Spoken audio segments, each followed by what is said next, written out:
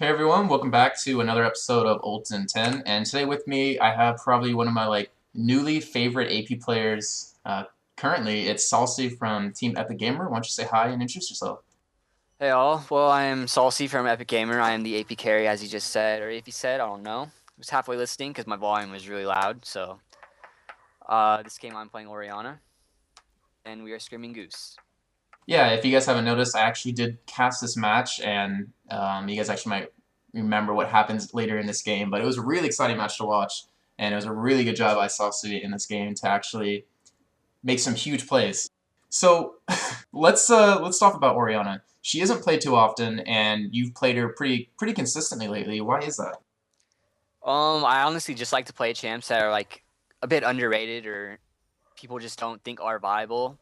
So I'll play them a lot and try to get good with them and see if they are actually viable. And I've messed around with Oriana a lot lately and tried different builds and runes, and I've actually found a way that I can make her effective, although it does require like a lot of farm, and there's only like a certain point where I could just start destroying people, and it takes a while to get there, which is like her real weak point.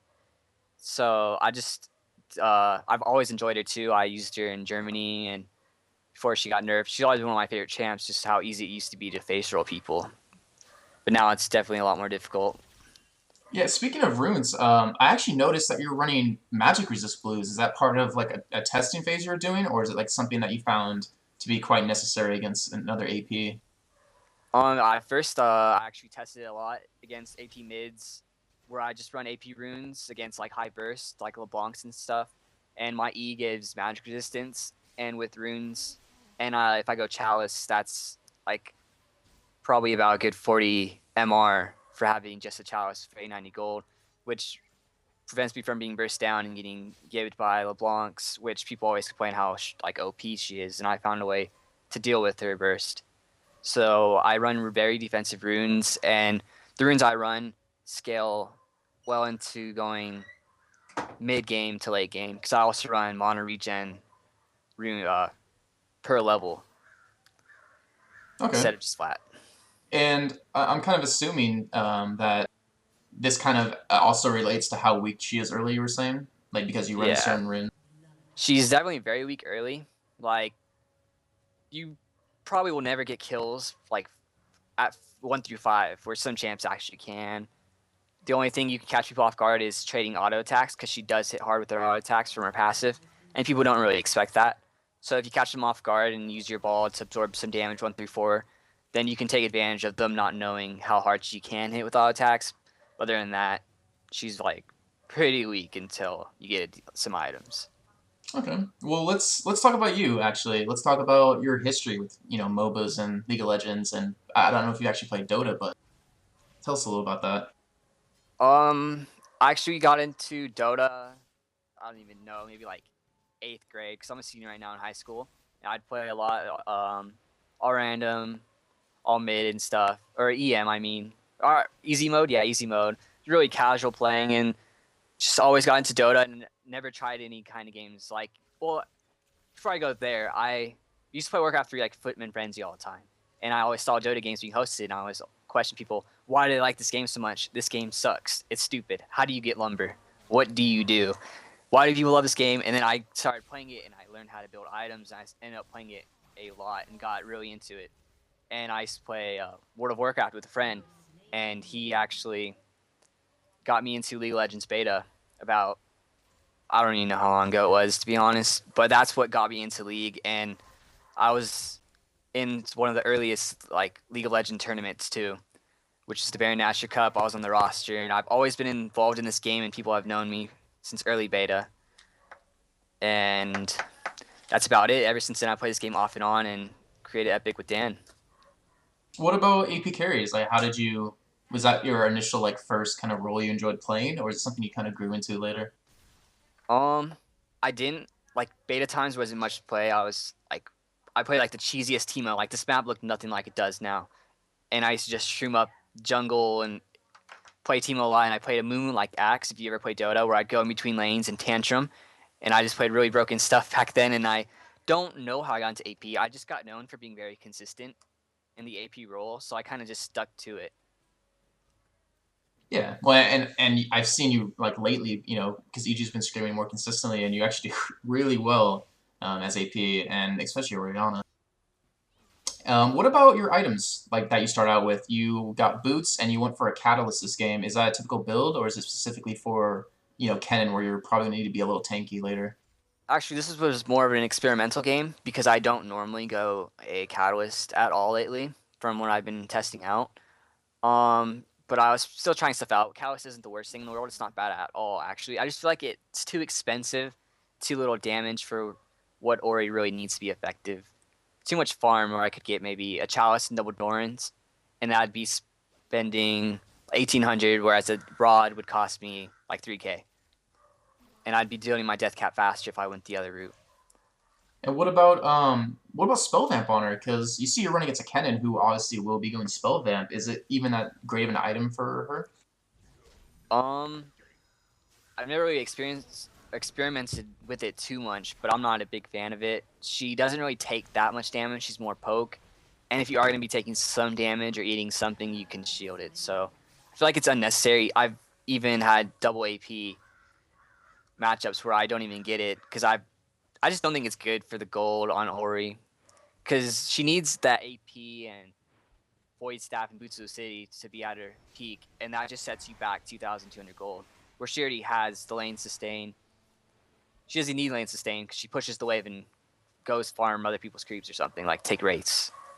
Yeah, and she kind of acts like Sion, where the more AP she gets, the bigger her shield will be, so it kind of mitigates any extra damage as well. Well, let's talk about your goals in early game. Necessarily kills or farming in that kind of sense. Um, was Ori, it's either seeing how aggressive they want to play and knowing if I can play just as aggressive and catch them off guard.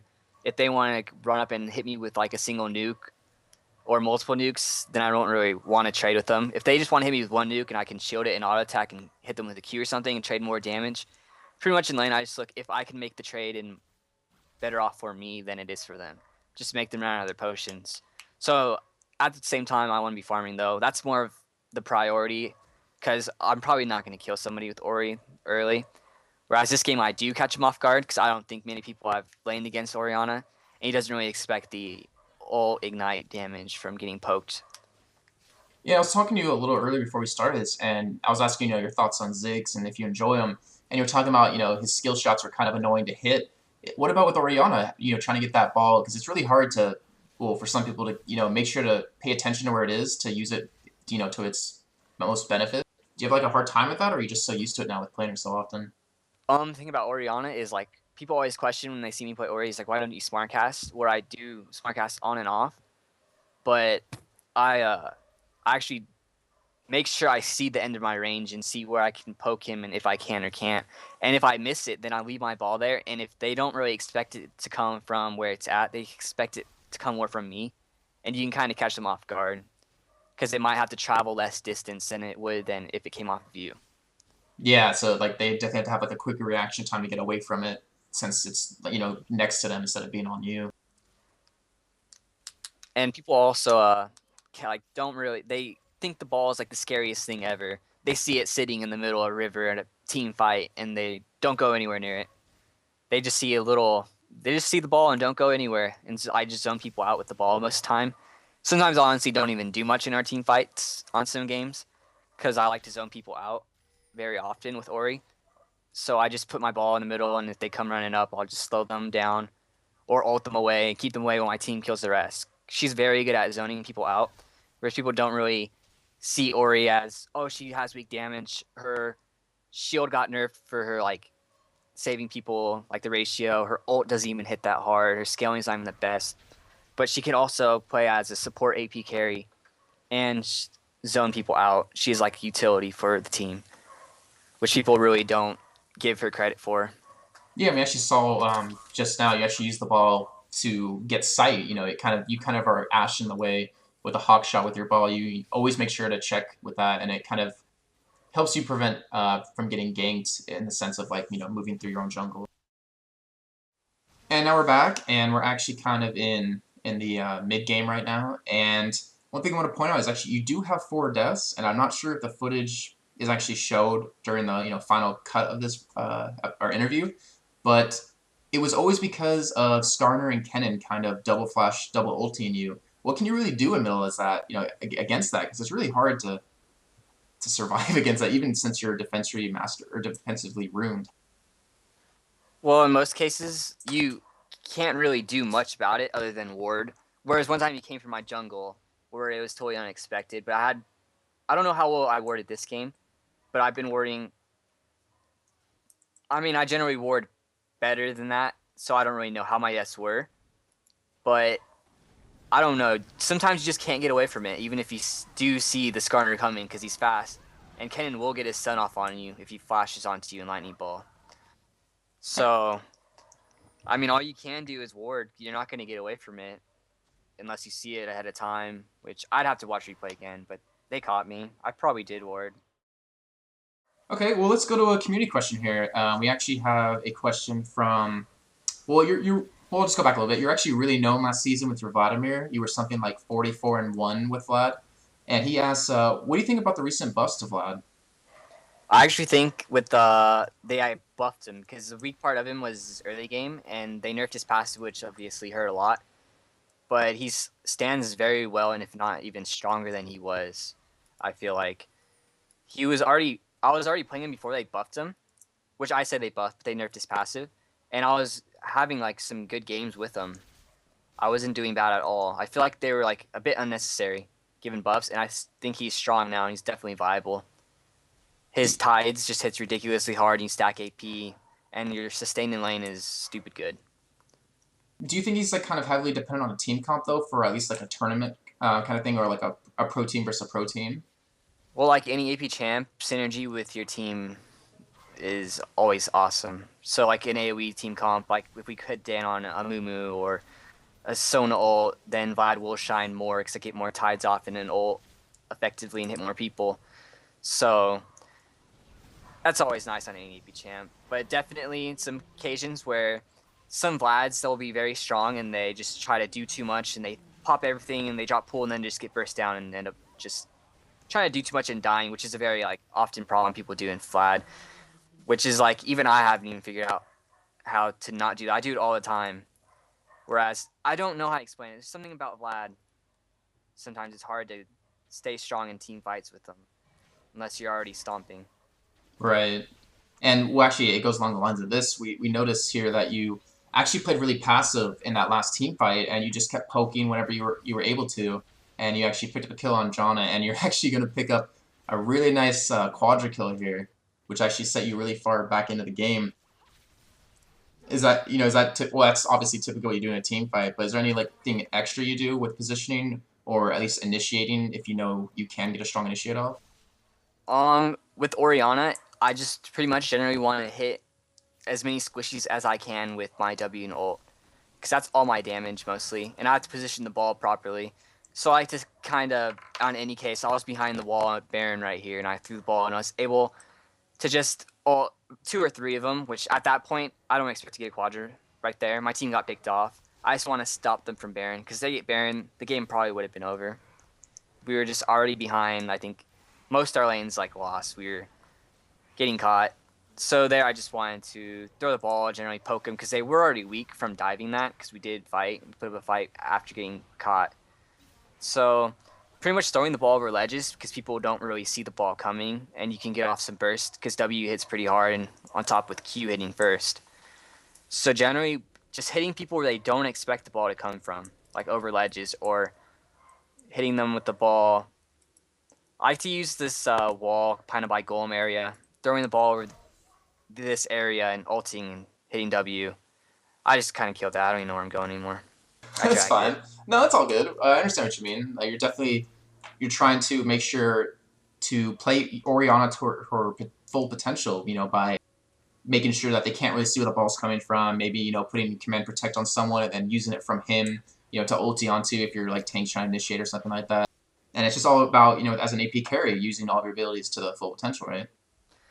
Yeah, that's about it. I mean, there's a lot of little things and tricks that you need to get down as on Ori, because building, you probably don't have a lot of cooldown reductions, saying you don't have Golem or Boots of Lucidity.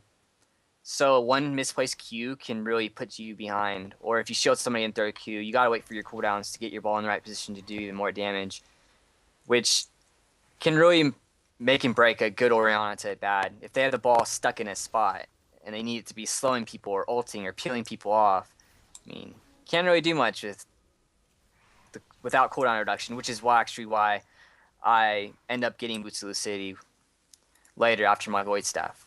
Yeah, actually, I want to, well, actually say this one really quickly. Orion is kind of like a proactive kind of AP player, not a retroactive. You have to assume what people are going to do instead of, reacting to how they initiate or kind of use their abilities, right?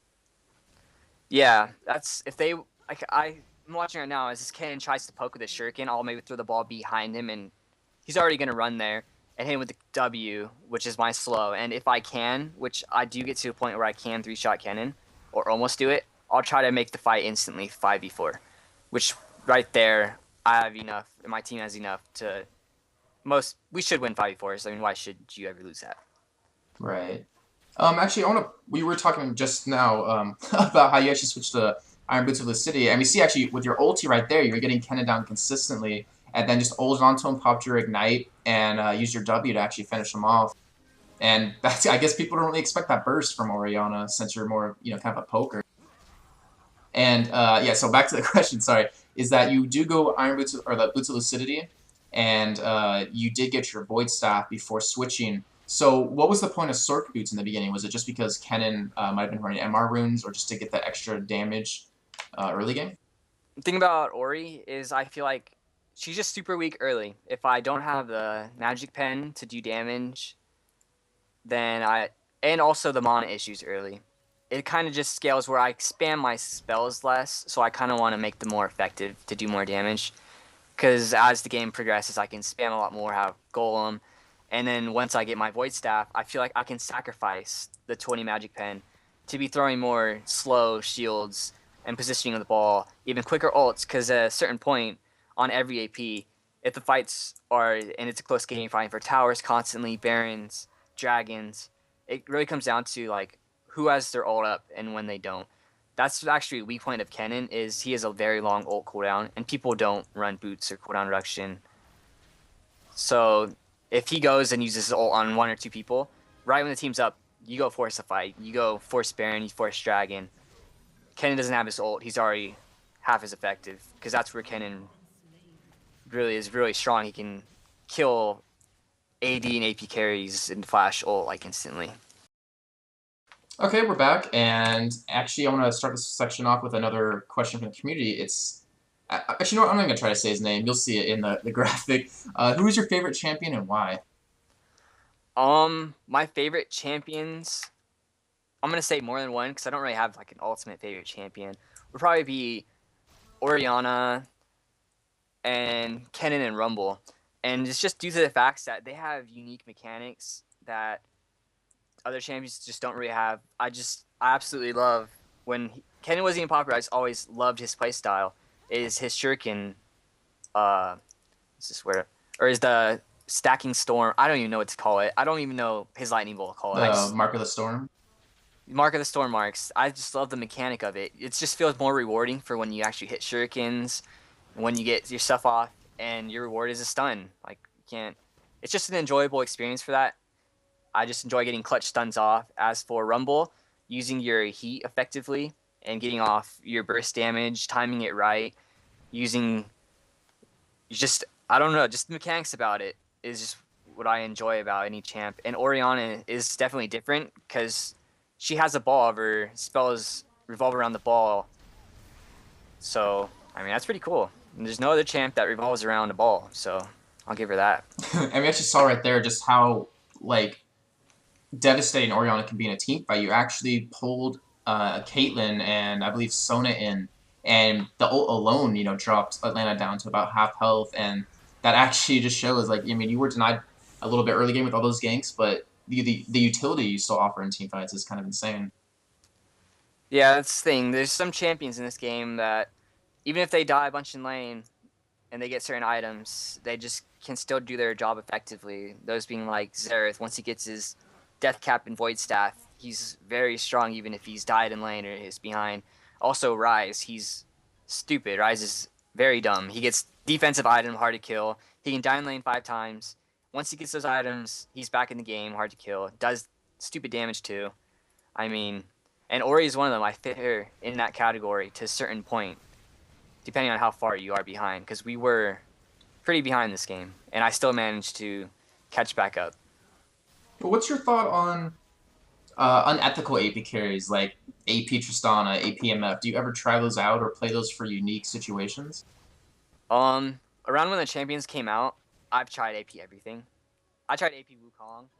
I got a free bundle Wukong from a tournament, and once I figured out AP Wukong will never happen in any certain way, no matter how hard I wish, then I just give up on it. I've tried AP MF. I've tried AP everything, I'd say.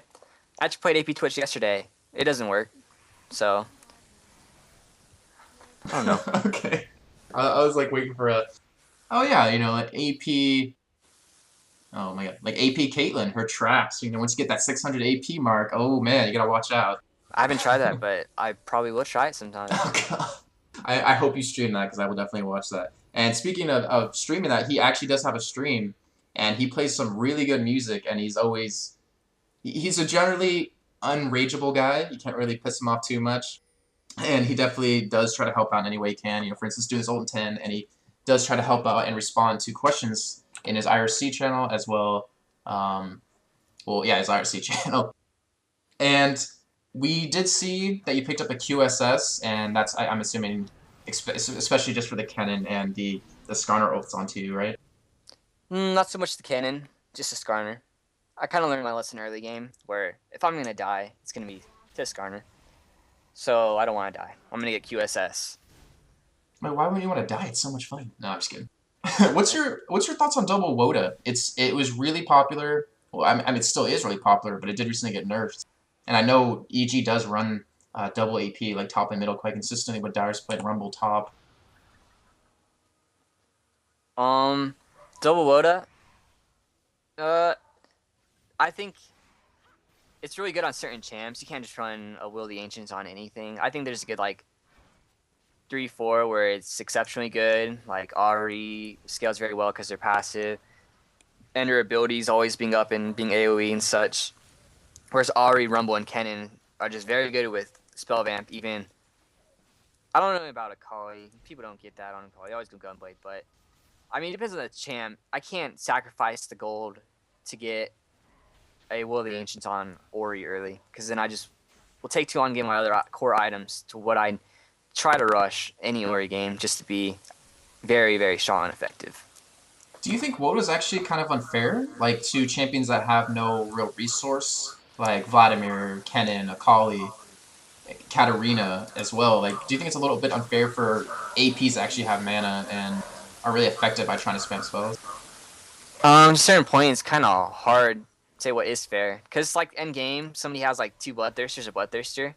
It's, way better than Will of the Ancients. It's, really dumb sometimes and hard to kill somebody with that much lifesteal, even on, a Will. I mean, it's just good early, pretty much. Push your advantages with Will of the Ancients early. Push objectives, take dragons. Okay, and we see that you actually did get your Boots of the City finally. What's kind of your next item that you, or actually no, hold on. Let's go back to that back a little bit. Do you ever go specific items besides Chalice for certain comps or champions? Like if you can't afford to get Boots of the City, maybe you need to get Magicus's Boots that you pick up the Morello's Evil Tomb or something. I don't think I've ever touched Morello's Evil Tomb. It's just something about it. Just doesn't work out. But as for what items I pick, generally on Ori, I just never really get Merc Treads because I feel like I shouldn't be getting stunned. I should be in the back. Or of course it probably will happen, but Source Treads I need, as I said earlier, for the advantage because Ori's weak early. I need to be able to do damage. I don't want to be a handicap to the team. So the Source Treads are pretty needed early, whereas the Boost of Lucidity are needed mid-late for positioning the ball on those ults. So, and as for other items, I like to go either double triple Dorans or double Dorans in a Chalice.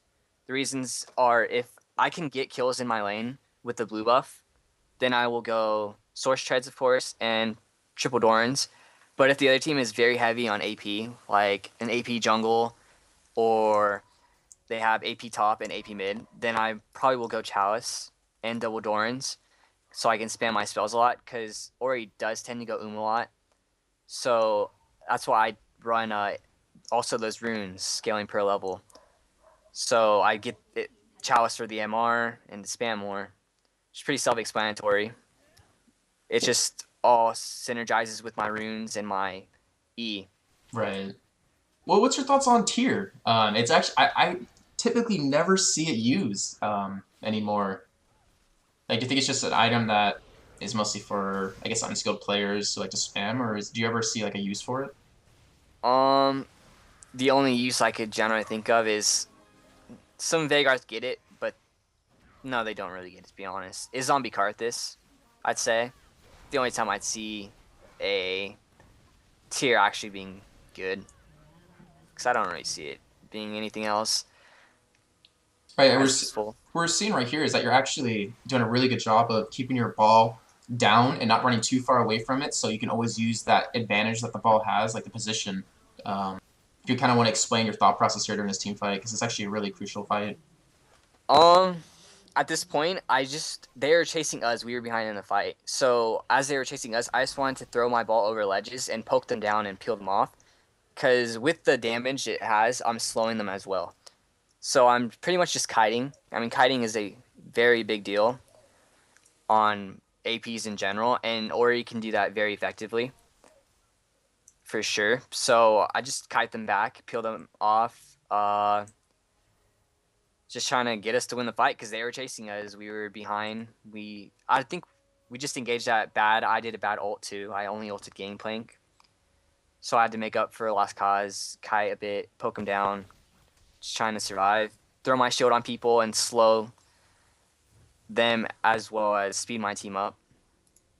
So you definitely try to play a little bit of a utility role as well as a damage role. Like you have the mentality of a utility player for Oriana, but you still do, ridiculous amount of damage as well. Definitely, and that's another thing is people don't really maybe use E very effectively as damage, whereas it does a lot of damage. The scaling on it is it's not bad at all. So it's if you hit that, it's another like 400, 500 damage at this point. Whereas some points you have to think in your head, do I want to do more damage to this guy, or am I going to protect someone on my team to save their life? I mean, it's a little decision like that. It's either I can speed them up, get them out of here faster and slow them down, or I can try to instigate somebody with my combo.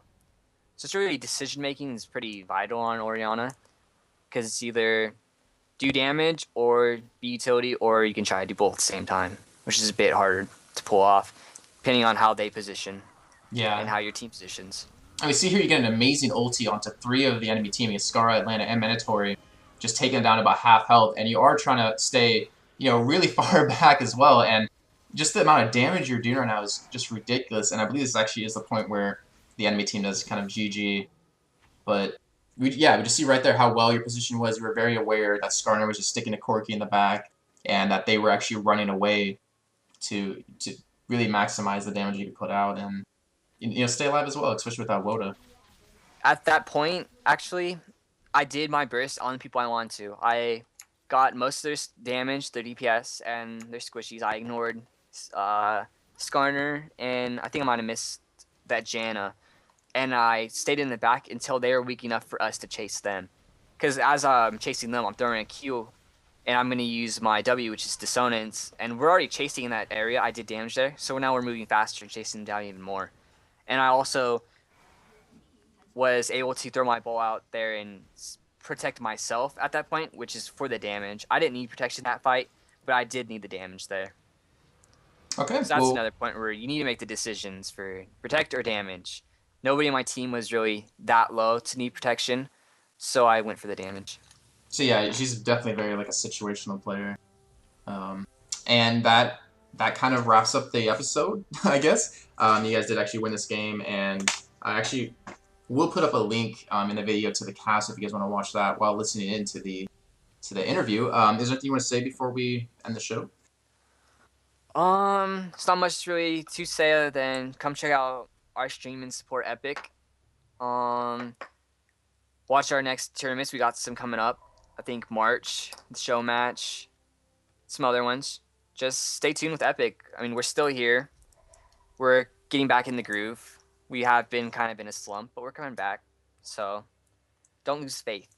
Yeah, I think you guys should actually change the name to Good Guys Epic, because you guys have been very like helpful with these videos. You know, you're the third person from the team so far, and I've yet to do 3 with any other individual team. So I really appreciate you guys and Squeak, and definitely check it out. So there's no further ado. Thanks for watching. This has been another episode of Ult In Ten, and please like and subscribe. Oh my god, I forgot to record that whole thing. No, you're lying. Oh my god, the last like 15 minutes I wasn't recording. Are you trolling me? Oh shit, we have to go back. I don't believe you right now because I don't want to believe you.